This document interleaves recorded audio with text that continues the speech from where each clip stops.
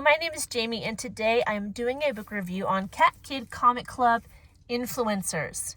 This is the 5th book of the series, the last book right now. It does say in the back that a 6th book is coming, but usually Dave Pilkey publishes his books within a year of each other, if not in the same year. And this book was published in 2023, and right now it's 2026. So I don't know if another one is coming. Maybe in the future. As of now, this is the last book. And the book opens with the Cat Kid Comic Club hasn't met for like 6 weeks or something like that. They're trying to write this book because in a previous book, there was a publisher lady who wanted a book from the little frogs.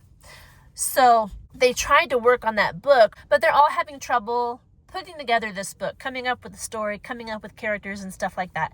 So they haven't actually met as Cat Kid Comic Club in 6 weeks. They've all been doing their own things. And this story, or this book, this comic book, is about Sarah Hadoff. She's a reporter, and she's interviewing the different frogs and asking them about their stories and about this book they're trying to write. So you're following the different frogs while they're talking about why this book hasn't been written yet.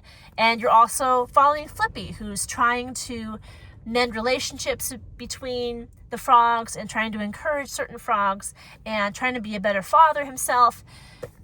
And that's really the story of the book. And throughout the book, you get to see some of the comics that the frogs have written. And my favorite of the comics is called Two Birds. And the gist of this comic is, here it says, two birds hatched in one great tree and saw the world quite differently. One looked up and one looked down. One bird smiled and one bird frowned. This is the artwork for this particular comic, but it's a longer comic. The whole comic is in rhyme, which I absolutely love. And the gist of the comic is, your life and your world can be positive or negative based on your perspective. If you decide to see everything negatively, then your life is going to be pretty negative. But if you decide to see everything positively, if you endeavor to be thankful for whatever comes your way, then your life is going to be a lot different. You're going to have a lot better life. So for me, the best part of this book was the Two Birds comic. I loved it. It was very creative. I liked the cute little illustrations that are supposed to be by a baby frog, but it's actually, we all know, by Dave Pilkey. But the whole comic itself, the poem, well, the whole comic is a running poem, and the message was just really good. This was the best part of this book, is the Two Birds comic. That was my favorite part. Another thing I liked was in the beginning, Flippy was telling one of the frogs, I can't remember which one, but one of the frogs was apologizing to their brother or sister. I don't know. I don't know who it was, but they were apologizing, and then they said, but you did whatever. And Flippy was like, no, that's not how apologies work. You don't say, I'm sorry, but you.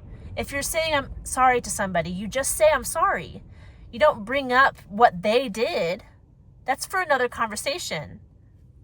You are responsible for your own actions, and if you were in the wrong, then you need to apologize. So I like that they pointed that out, that when you apologize to somebody, you don't, in the same breath, point out what they did wrong. You just apologize. So that was pretty neat.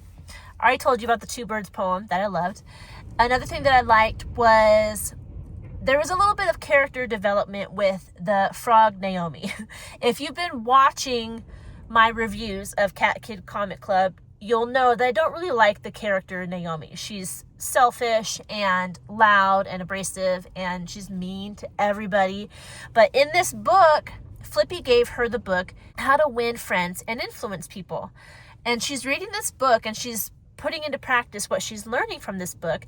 And pretty much what Naomi learned was, if you want people to help you, then you need to be kind to them. So she would give people compliments throughout the book, and she was giving people gifts throughout the book. And in return, her sisters, I think Starlet and Summer were the first two frogs that she tried this out on. They immediately were appreciative of her kindness and wanted to help her with the book they're trying to write. So Naomi is doing this for her own personal gain. I think you need to get to the point where you are kind to people no matter what, even if you have nothing to gain from it. So maybe in future books, Naomi will take that next step. But at least now Naomi's learning that you get farther with people if you're actually kind to them. As far as cons in this book, there weren't a lot that like jumped out at me. A couple of them were, it makes fun of grown-ups because they stick to the rules. And to that, I'd say kids need structure. Yes, let them play. Play is awesome for kids, but there need to be boundaries. There need to be rules. Because as grown-ups, that's our job, to raise these kids and to teach them how to be functioning adults while letting them play along the way. So there's a balance there.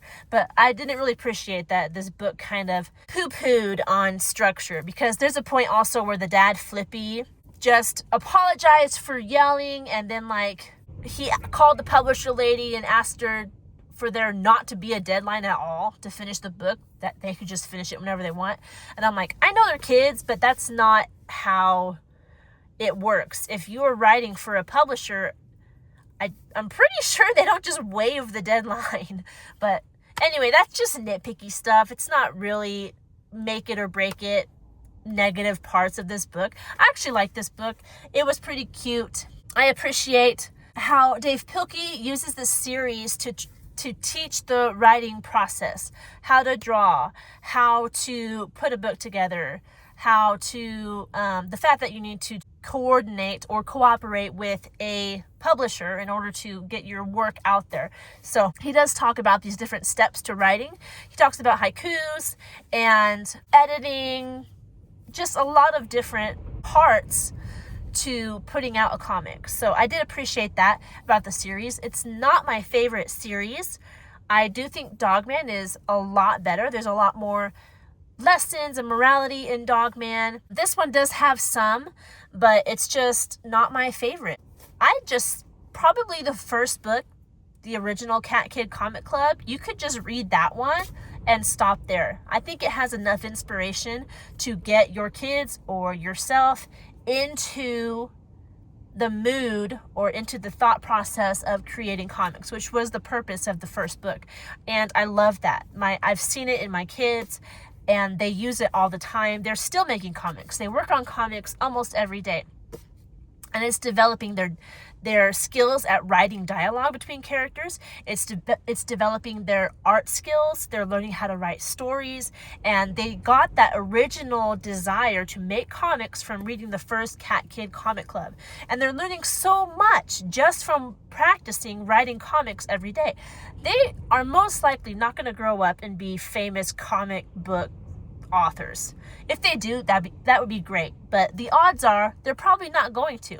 But what they're learning from working on these comics all the time, huge. That's going to help them as they grow, as they do more schoolwork, as they become high schoolers later on.